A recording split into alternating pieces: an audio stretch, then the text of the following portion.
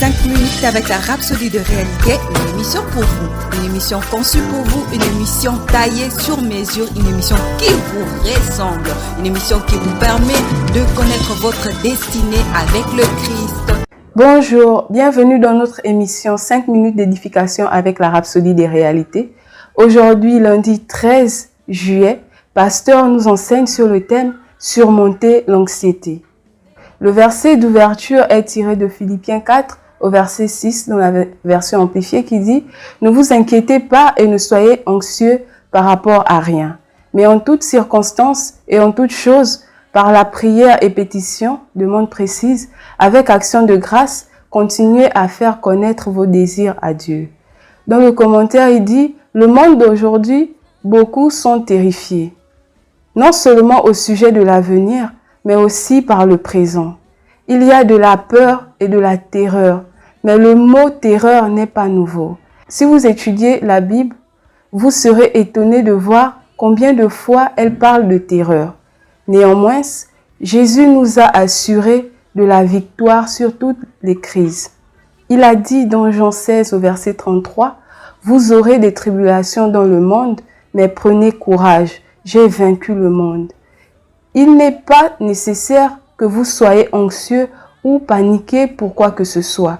Vous avez déjà vaincu Satan, le monde et toutes les crises. Vous, petits enfants, vous êtes de Dieu et vous les avez vaincus parce que celui qui est en vous est plus grand que celui qui est dans le monde. C'est tiré de 1 Jean 4 au verset 4. C'est pourquoi il faut mettre fin à la peur, cesser l'anxiété. L'anxiété se réfère à l'inquiétude, c'est un état de nervosité. Mais notre verset thématique dit « Ne vous inquiétez pas et soyez anxieux par rapport à rien ».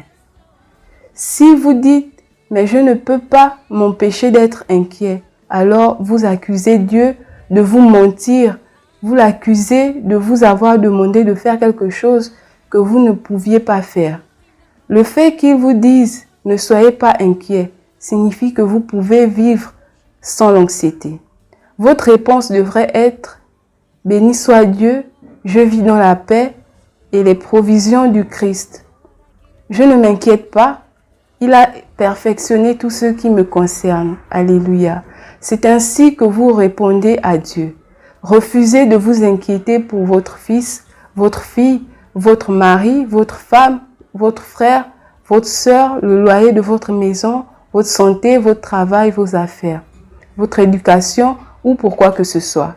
Lorsque vous le ferez, la Bible dit que la paix de Dieu, qui dépasse l'entendement humain, gardera votre cœur et vos pensées en Jésus-Christ.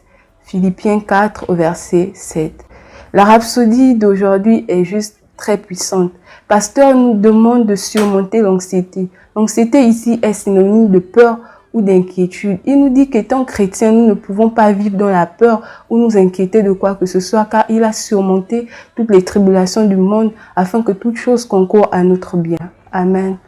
Nous allons prendre quelques secondes pour méditer sur ces paroles et après nous prendrons la prière.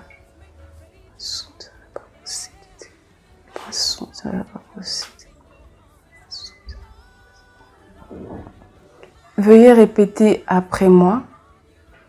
Cher Seigneur, merci pour ta parole qui suscite la foi dans mon cœur et dissipe la peur et l'anxiété.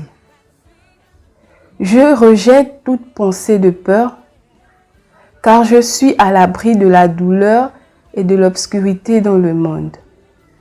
Plus grand est celui qui est en moi que celui qui est dans le monde. Je suis rempli de force par l'Esprit du Seigneur, car la paix de Dieu qui surpasse toute intelligence habite mon cœur et ma pensée. Au nom de Jésus, Amen. Pour l'étude approfondie, vous lirez Deutéronome 31 au verset 6, 2 Timothée 1 au verset 7 et Matthieu 6, les versets 25 et 26. Merci et que Dieu vous bénisse. Béni par ce message, nous vous invitons à faire de Jésus-Christ le Seigneur de votre vie en disant ces prières.